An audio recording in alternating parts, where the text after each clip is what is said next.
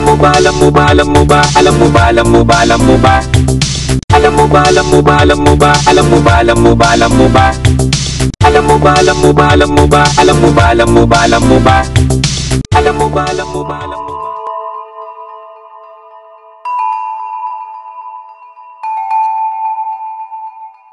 Magandang araw, kamusta po kayo? Ako po si Darna, ang host at creator ng Buhay Tuklas. Samahan niyo po ako sa mga pagtuklas at pagpapakilala at dagdag kaalaman para sa inyong mga manunood ng YouTube video. Nais kong makapagbigay ng saya at konting kaalaman sa inyo bilang isang tagalikha. Halina't samahan niyo ako sa isa na namang pagtuklas at pagpapakilala at ating alamin ang pinagmulan.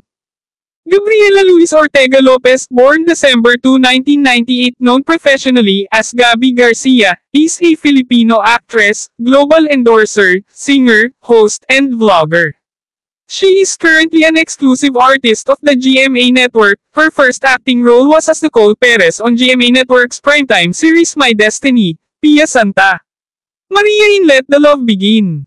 She then played Elena in the reboot of Encantadia, which gave her massive popularity and rose to fame. Career: Garcia began working in commercials and joined in singing competitions. In 2013, she made her television acting debut as one of the young lead stars in GMA Network's primetime series My Destiny. For a few years, she was credited as Gabriel Garcia. She was later paired with Ruro Madrid in a love team, and together, they headlined various projects such as the teledrama Let the Love Begin, the political sitcom Nako, Bosco, and the 2016 remake of the fantasy series Encantadia.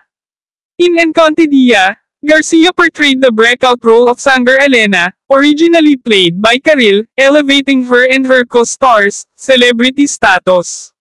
The love team continued to collaborate in another television drama, Sherlock Jr., but in 2018, Garcia's protagonist character unexpectedly died in the middle of the series, marking the end of Garcia and Madrid's on-screen love team.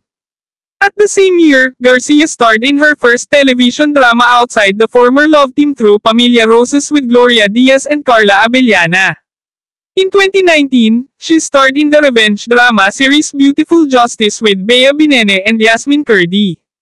Garcia has since stated that she prefers a variety of leading men as opposed to a single long-term love team.